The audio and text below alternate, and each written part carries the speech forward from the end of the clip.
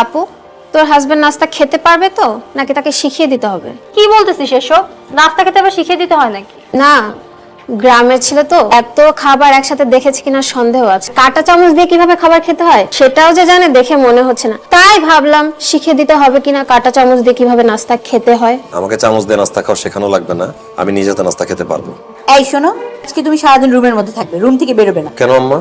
কারণ আজকে আমার বাসায় আমার কিছু বান্ধবীরা আসবে, আর আমি চাই না তারা জানুক আমার মতো একটা খেত কেউ আনকালচার আমার মেয়ের জামাই। আকলিমা, আজকে বাসায় ভালো কিছু রান্না করবি, পোলাও রান্না করবি, মুরগি রোস্ট করবি, আর ইলিশ মাছ ভাজবি, ভিন্ডি ভুনা করবি, আর বেশি করে একটু গরু মাংস রান্না করবি। খালাম্মা, ফ্রিজে তো মাছ মুরগি মাংস কিচ্ছু নাই। আরে বাজার থেকে আনতে হলে নিয়ে আয়, আমি টাকা দিচ্ছি। বাসায় মেহমান আইব, সব কাজ পরে রয়েছে, আমি বাজারে যেতে পারবো না। তুমি বাসার কাজ করো, তোমাকে বাজারে যেতে হবে না। শাহিন, তুমি নাস্তাটা করে একটু বাজারে যাও, বাজার করে নিয়ে আসো।